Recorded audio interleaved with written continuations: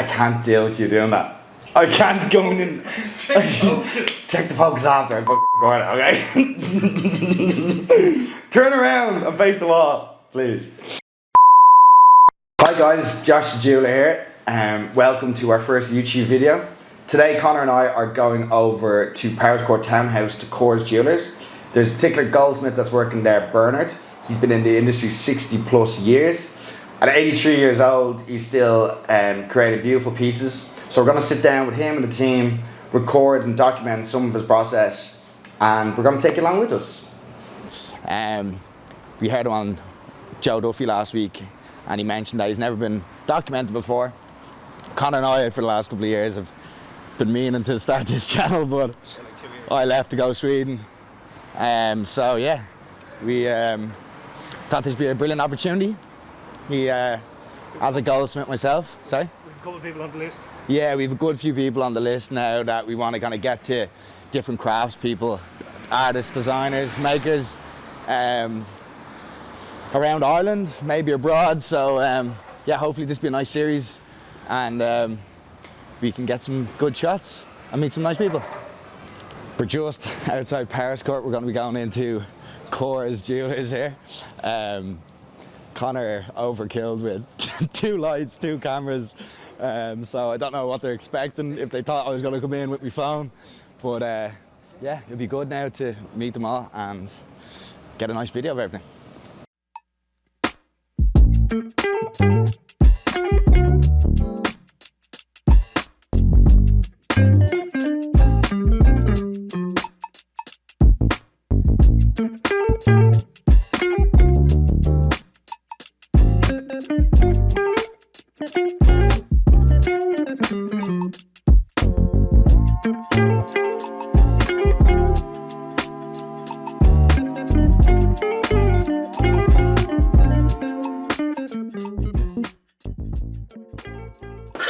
How did you get started in the jewellery?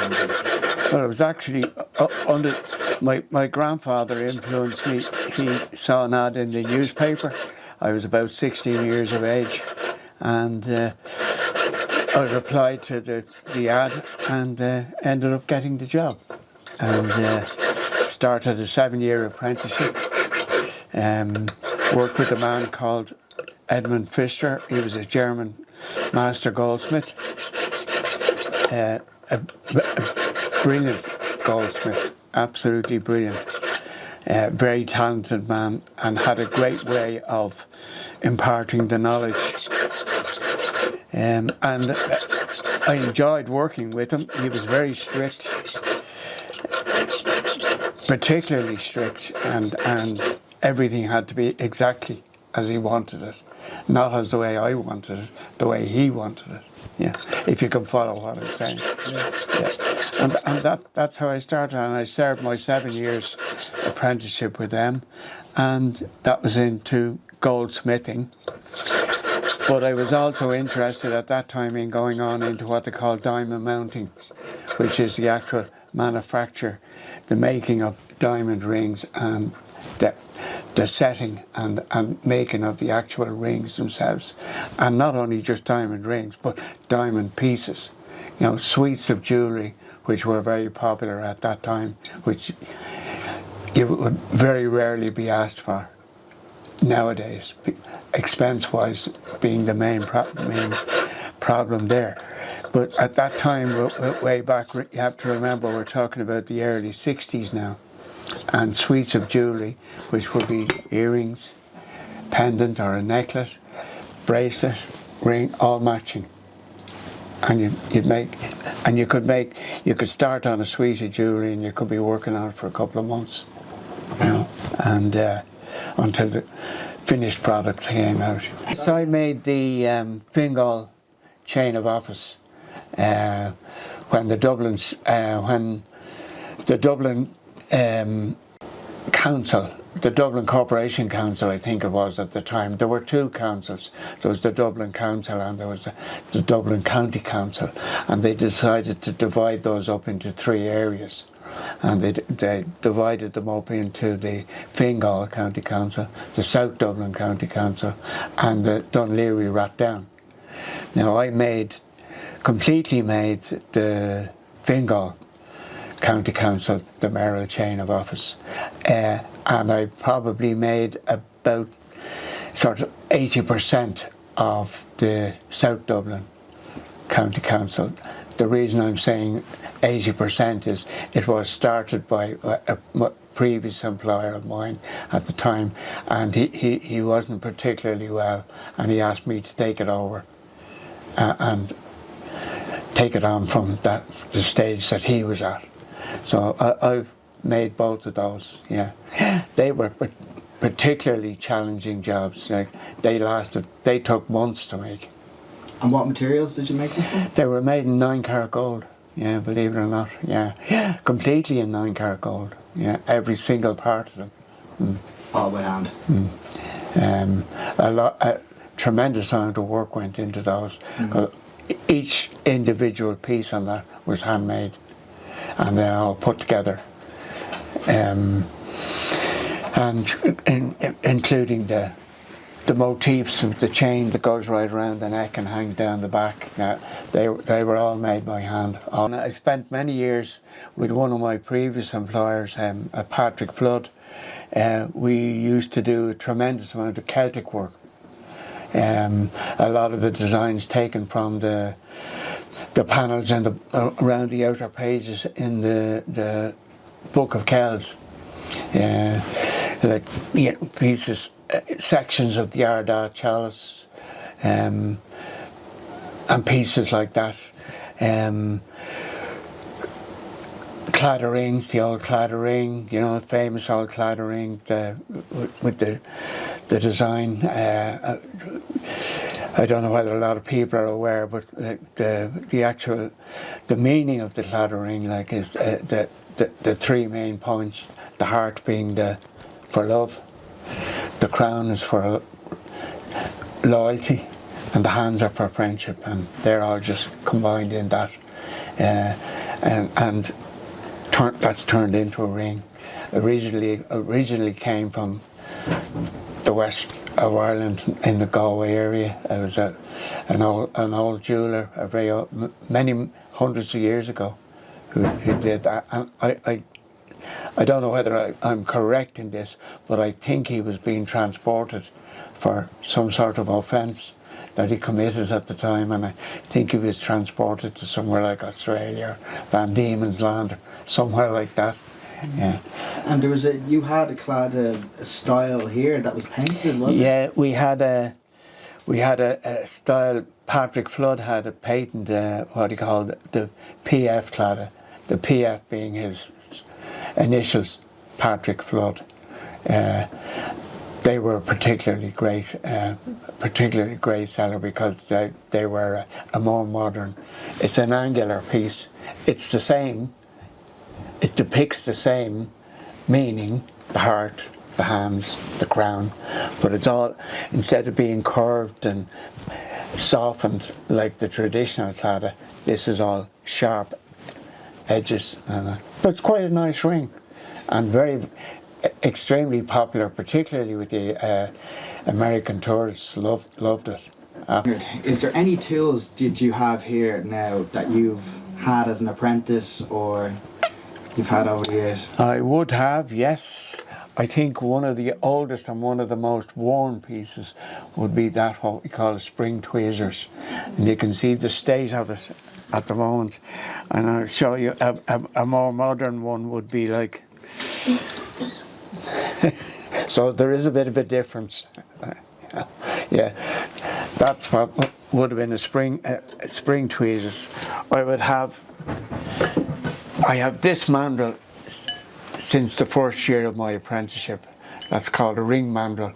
It's for rounding up the rings. You know, when you turn up a piece of metal to make sure the ring is perfectly round and the band is perfectly round. And you would use what was called an elephant hide mallet, which is as such. That's made from elephant hide. Nowadays they're not, of course. Nowadays they're made from some other synthetic material, you know. But this is not the handle now. The head is made from elephant hide, and the ring would be on the mandrel and you'd round it up as such. That would be two sort of basically some. I would still have an original saw frame, my original saw frame. I would have that, and I would still have a few sort of old files and things like. And I kept them. I'm a bit of a hoarder anyway, so I would have kept those, you know. Yeah. Some of but like a huge amount of tools have to be replaced over the years, you know. Yeah. I would have some original pliers. Let's see. Certainly those two. Yeah. Those two pliers now would have been originally from my apprenticeship, and that's 60 odd years ago. You know. Yeah. And is there a difference between tools nowadays and the ones that you used back then? No, there is a difference, but basically they're much the same. They've improved them, and some of them have made the handles sort of the handles are a lot of the handles now. Which the handles would be this area here, like would now be a lot of them would be covered now. Say, you know, something like this. This would be a more modern. Process has evolved an awful lot, like, you know, and of course in the current age, in the technological age, like, it has changed an awful lot. Like you would have like computer aided design and all that sort of thing now, whereas everything before like was done from what was in your head, and you sat down and you produced it in metal on the bench pin in front of you.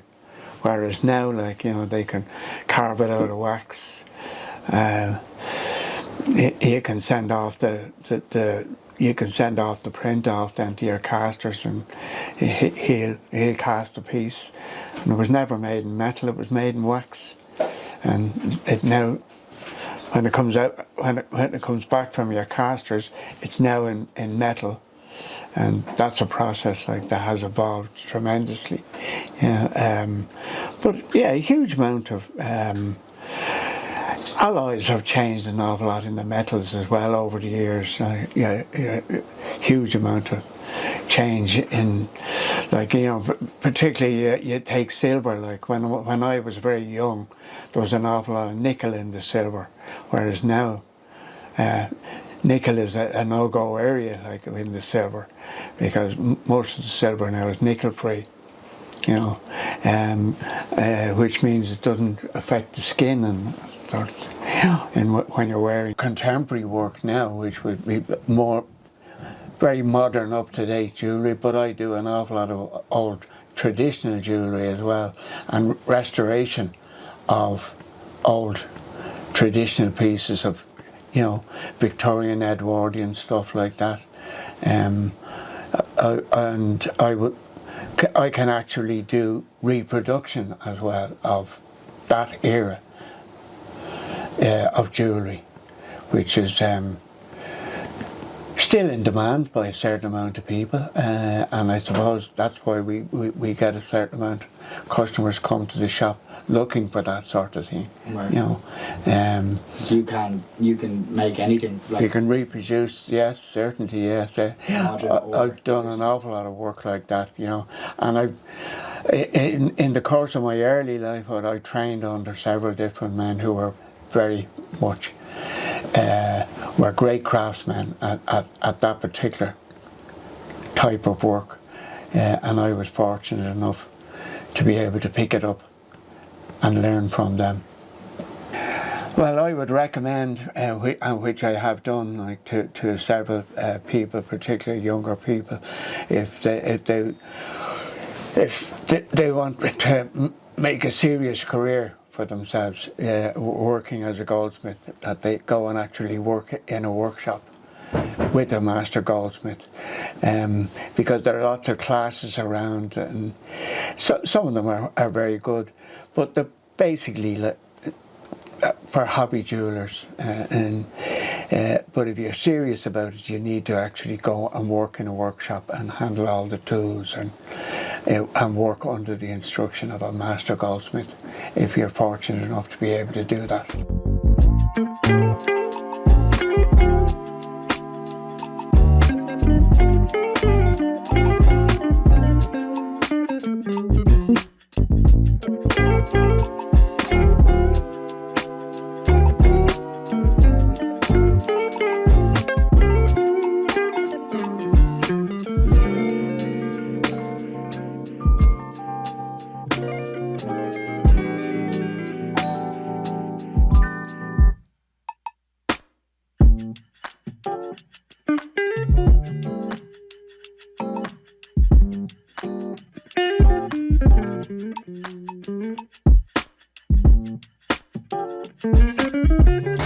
You're not gonna ask me? How do you get on? Really good. It was really nice to meet Keith and the team in Corr, see Bernard in his work environment. This is our first YouTube video, so bear with us. We have a few kinks to work out, but we have some really cool makers and people we're going to be meeting. So yeah, stay tuned and you'll see us in the next video.